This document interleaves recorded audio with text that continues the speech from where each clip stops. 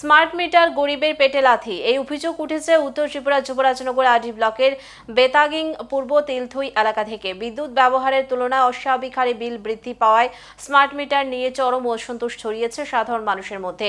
স্থানীয়দের অভিযোগ, সীমিত বিদ্যুৎ ব্যবহার করেও নিম্নবিত্ত পরিবারগুলি অতিরিক্ত বিলের বোঝায় জর্জরিত। স্মার্ট মিটারে কারিগরি ত্রুটি কিংবা ভুল ক্যালিব্রেশনের সম্ভাবনার কথাও তুলে ধরা হয়েছে।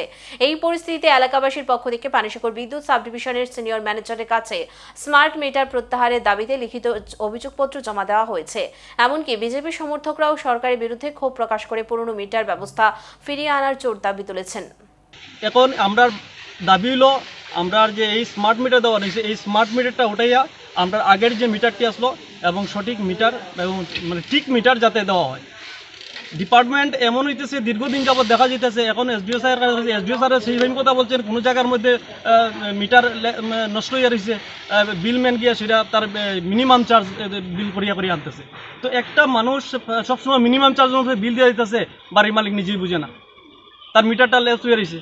তো মিটারটা তো ঠিক করিয়া সঠিক বিলটা সে মাসে মাসে যদি দিত, তাইলে তার এই বিল জমে না। তাই হইতেছে এটাই যে স্মার্ট মিটারে পুরান বিলগুলা যেগুলা জমছিল, এটা এখন পরিষ্কার ধরা হইতেছে এবং এগুলো এখন একসঙ্গে মানুষের উপরে নিয়ে যাবাই দেবো। আমার কথা হইলো কোনো জায়গাতেই যেন কেউ বাড়িতে যেন বন্ধ মিটার জন্য থাকে না এবং এই মিনিমাম চার্জ বলিয়া মানে কোনো ধরনের যাতে বিল করা হয় না। যা মিটারে রিডিং করে রিডিং অনুযায়ী যাতে বিল হয় এবং এটা রানিং থাকে। একসঙ্গে মানুষ এইভাবে বিল আপনারা জমাইবেন রিডিং আর একসঙ্গে বিল করবেন, এটা মানে মানুষ মানিয়ে নিত।